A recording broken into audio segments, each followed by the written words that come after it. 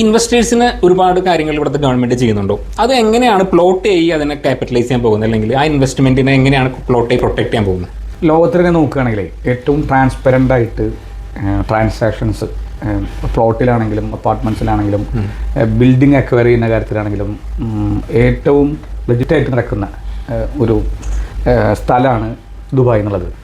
ദുബായിയുടെ land department ആണെങ്കിലും ദുബായിയുടെ real estate authority ആണെങ്കിലും എല്ലാ തരത്തിലുമുള്ള ട്രാൻസ്പെറൻസി ഉറപ്പ് വരുന്നുണ്ട് ഇൻവെസ്റ്റേഴ്സ്. അതുകൊണ്ട് തന്നെ ആൾക്കാർ ഇഷ്ടമാണ് നേരെ ദുബായിലേക്ക് വരാനായിട്ട്. ദുബായിൽ ഇപ്പം നിലവിൽ തന്നെ DLD ഡിപ്പാർട്ട്മെൻ്റ് ആണെങ്കിലും GIS സിസ്റ്റം ആണെങ്കിലൊക്കെ ഒരു പ്ലോട്ട് നമ്പർ കൊടുത്തു കഴിഞ്ഞാൽ, ടൈറ്റിൽ ഡീഡ് നമ്പർ കൊടുത്തു കഴിഞ്ഞാൽ അതിൽ എന്തെങ്കിലും ലീഗൽ ഇഷ്യൂസ് ഉണ്ടോ, പ്രശ്നമുണ്ടോ, കേസ് ഉണ്ടോ, എത്ര പാർട്ട്നേഴ്സ് ഉണ്ട്, എന്നാണ് ട്രാൻസാക്ഷൻ നടന്നത്, റെസ്ട്രിക്ഷൻസ് ഉണ്ടോ, എല്ലാം കൊടുക്കുന്നുണ്ട്. പ്ലോട്ടേയും ചെയ്യുന്ന കാര്യം എന്താ വെച്ചാൽ വെരിഫൈഡ് ലാൻഡ്സ് കൊടുക്കുക എന്നുള്ളതാണ്. ആളുകൾക്ക് ചെക്ക് ചെയ്ത് കഴിഞ്ഞാൽ ഈ ലാൻഡിന് എന്തെങ്കിലും ഇഷ്യൂസ് ഉണ്ടോ, പ്രശ്നമുണ്ടോ, ഇത് ലീഗലി ഇത് അത് വാലിഡേഷൻ കൊടുക്കുക എന്ന് പറഞ്ഞപ്പോൾ പ്ലോട്ടേയും കൂടി സപ്പോർട്ട് ചെയ്യുന്നു എന്നുള്ള കാര്യമാണ്.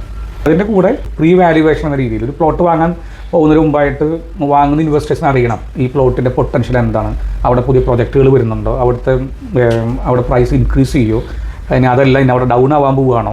അപ്പോൾ അതൊരു ഫീസിബിലിറ്റി സ്റ്റഡി, ഒരു കമ്പാരിസൺ, ഒരു മാർക്കറ്റ് സ്റ്റഡി പ്ലോട്ട് നമ്മുടെ എക്സ്പെർട്ടൈസേഷൻ വെച്ചിട്ടും AI ടൂൾസ് എല്ലാം വെച്ചുകൊണ്ട് നമ്മൾ കൊടുക്കുന്നു എന്നുള്ള കാര്യമാണ്. ഓക്കെ.